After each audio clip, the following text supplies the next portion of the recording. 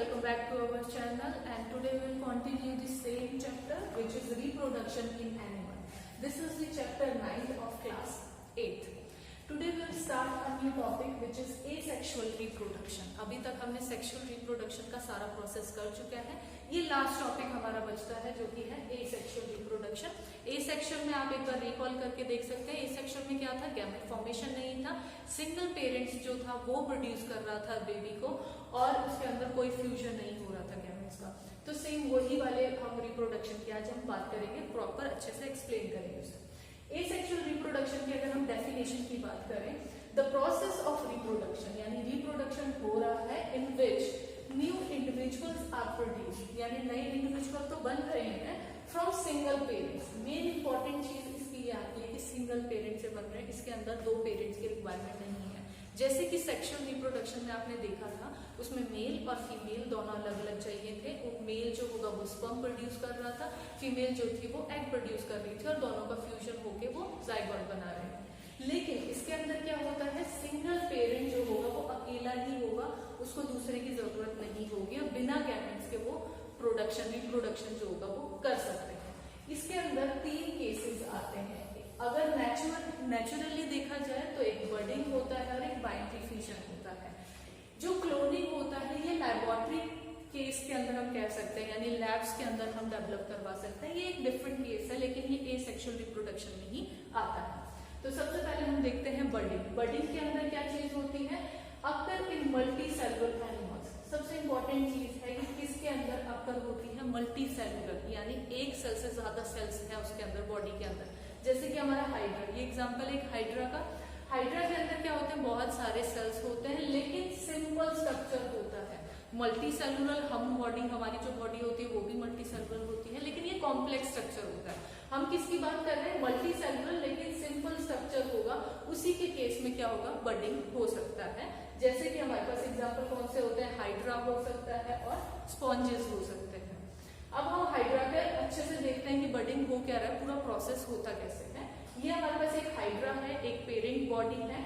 ये जो आपको ये जो डंडियां से दिख रही है इनको हम टेंटिकल्स बोलते हैं और ये हमारे पास पूरी एक हाइड्रा की बॉडी है. यहाँ पे क्या होगा, ये आप देख रहे हैं एक छोटी सी नॉच जो नजर आ रही है, ये क्या है, बर्ड. एक छोटा बर्ड निकलने लगा, यानी बेबी जो होगा वो प्रोड्यूस होना स्टार्ट हो गया यहीं से. यानी एक ही जो पेरेंट बॉडी है वो ही बर्ड करेगा, बर्ड निकालेगा, बर्डिंग करेगा और आगे प्रोड्यूस कर देगा. अब ये क्या हुआ, बर्ड काफी क्लियरली दिख रहा है आपको, टेंटिकल्स जो है वो भी उसके फॉर्मेशन हो गई है. नेक्स्ट स्टेज में क्या होगा, यही जो हमारे पास जो बेबी हुआ है, जो न्यू बेबी है, वो क्या होगा, डेवलप करेगा. यानी जो बर्ड था अब वो बर्ड जो होगा वो और थोड़ा फर्दर डेवलप करेगा और इस स्टेज तक पहुंच जाएगा, यानी अब वो अपनी डेवलपमेंट खुद कर सकता है. तो वो जो पेरेंट बॉडी होगी उससे डिटैच हो जाएगा, यहाँ से हट जाएगा, कट जाएगा और 2 इंडिविजुअल ऐसे बन जाएंगे. यानी एक इंडिविजुअल कौन से होगा, जो पेरेंट बॉडी थी वही, और एक इंडिविजुअल जो न्यू इंडिविजुअल हमारा बना है वो हो जाएगा. तो ऐसे दोनों में ये डिवाइड हो जाएंगे. इस प्रोसेस को क्या कहते हैं, बर्डिंग. और बर्डिंग किस किस के अंदर होती है, एक हाइड्रा में हो सकती है और एक स्पॉन्जेस के अंदर हो सकती है. फिर बात आती है बाइनरी फिशन.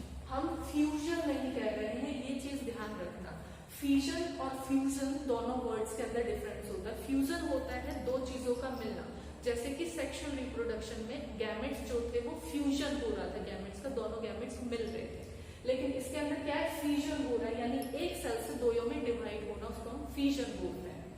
ये किस में होता है, यूनिसेलुलर, यानी सिंगल सेल जो ऑर्गेनिज्म होंगे उन्हीं के अंदर ये मिलता है. जैसे कि हमारे पास एग्जांपल है अमीबा, पैरामीशियम, इनके अंदर ये ज्यादातर देखा जाता है. हमने एग्जांपल लिया है अमीबा का.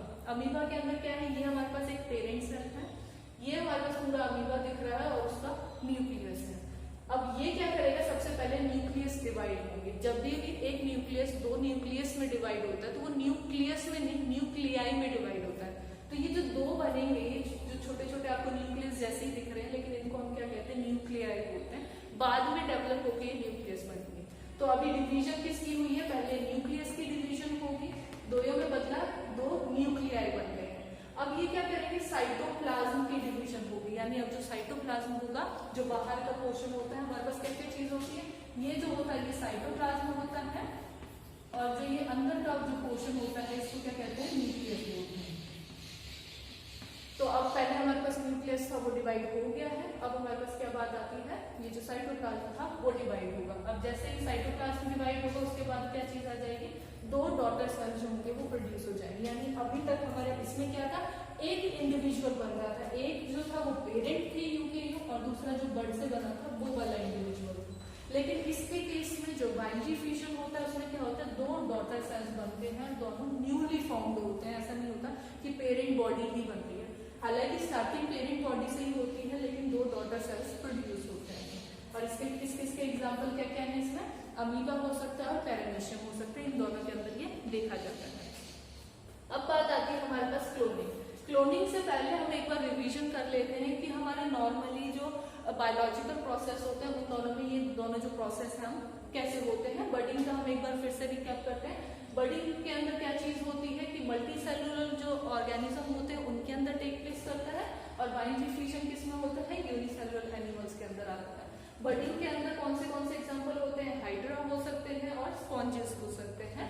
और हाइड्रा में क्या होगा, पहले एक बर्ड निकलेगा, बर्ड जो होगा वो थोड़ा और ग्रो करेगा और अच्छा से जब पूरा प्रॉपर ग्रो हो जाएगा फिर ये डिटैच होगा यहाँ से पेरेंट बॉडी से, और एक हाइड्रा नया बन जाएगा और एक हाइड्रा जो हमारे पेरेंट बॉडी होगी वही हो जाएगी। तो ये सारे के सारे इसके अंदर देखे जाते हैं, किसमें होता है ये, बडिंग के अंदर। अब हम बात करते हैं बाइनरी फ्यूजन। बाइनरी फ्यूजन किस किस में देखा जाता है, अमीबा में और पैरामीशियम के अंदर। ये किस किस का एक इंपॉर्टेंट चीज है, ये यूनिसेलुलर ऑर्गेनिज्म जो होते हैं सिर्फ उन्हीं के अंदर देखा जाता है, मल्टी सेलुलर में नहीं देखा जाता। यानी एक सिंगल सेल है, ये एक अमीबा का फिगर है, उसके अंदर क्या न्यूक्लियस है, जो बाहर वाला पोर्शन है ये साइटोप्लाज्म है। इसको हम पेरेंट सेल बोल रहे हैं क्योंकि इसी से डिवीजन होगी और बनेगा।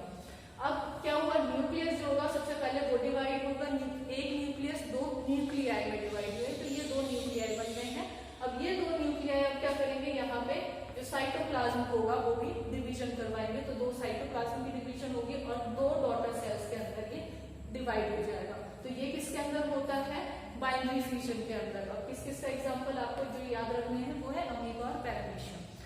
अब ये एसेक्सुअल रिप्रोडक्शन तो आपको समझ में आ गया। अब एक और केस आता है जो कि क्लोनिंग होता है। क्लोनिंग एक ऐसा केस है कि जो नेचुरली नहीं होता, यानी हम लैब की कंडीशन के अंदर हम प्रोड्यूस करवा रहे हैं अगर सेम ऐसा स्ट्रक्चर, यानी इसके अंदर हमने कोई गैमेट्स यूज नहीं किए हैं, इसीलिए हम इसको एसेक्सुअल कह रहे हैं, क्योंकि एक सेल से ही हमने डिवाइड करवा के और एक पूरा ऑर्गेनिज्म बनाया है।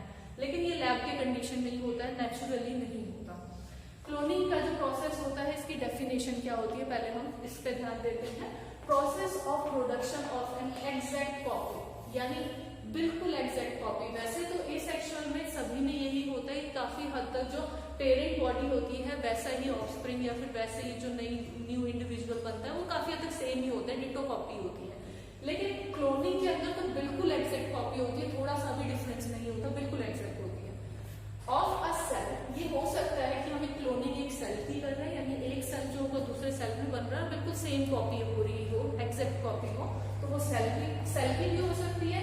और कोई लिविंग पार्ट, जैसे कि कई बार हमें किडनी की जरूरत पड़ती है तो हम एक सेल से डिवाइड करवा के वो किडनी बनाते हैं, तो वो पार्ट भी हो सकता है। लिवर होता है, लिवर जो होता है वो भी बना के वो भी हो सकता है। तो ऐसे ही हमारे पास क्या क्या हो सकते हैं, हम कॉपी बना सकते हैं सेल की, लिविंग पार्ट्स की, या फिर कोई भी कंप्लीट ऑर्गेनिज्म, यानी कोई एक पूरा ऑर्गेनिज्म अगर पूरा डेवलप हो जाता है उसको भी हम क्लोनिंग के प्रोसेस से एग्जैक्ट सिमिलर कॉपी होगी तो उसको हम क्लोनिंग कहेंगे।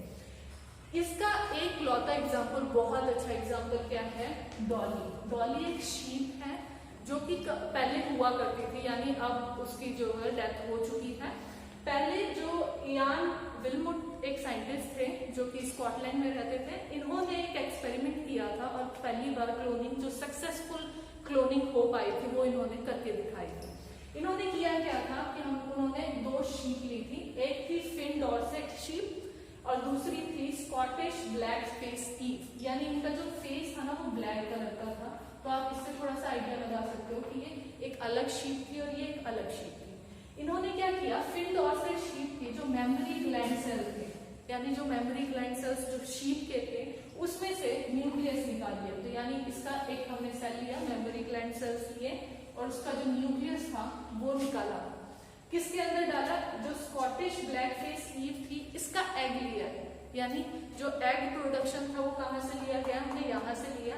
एग इसका है और न्यूक्लियस जो था वो हमारे पास मेमोरी ग्लैंड सेल इनका है। यानी हमें अभी तक ये सब पता है कि जो हमारा न्यूक्लियस होता है उसके अंदर हमारा डीएनए होता है, जो डीएनए होता है वो ही अगली जनरेशन को प्रोड्यूस करता है। तो मेन जो डीएनए जो मटेरियल है हमारा जेनेटिक मटेरियल वो कहाँ से आ रहा है, फिन डॉर्सेट शीट से आ रहा है। और जो बाकी साइटोप्लाज्म वाला पोर्शन है वो हमने कहाँ से लिया है, स्कॉटिश ब्लैकफेस ईव से लिया है। तो जो साइटोप्लाज्म होता है उसका काम होता है नरिशमेंट प्रोवाइड करना, लेकिन जेनेटिक इफेक्ट वो नहीं देता।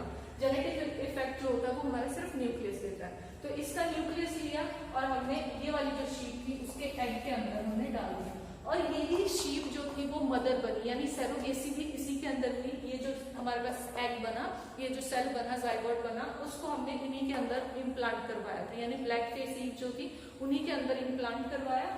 और लास्ट में रिजल्ट हमारे पास क्या आई, एक डॉली शीप रिजल्ट आया।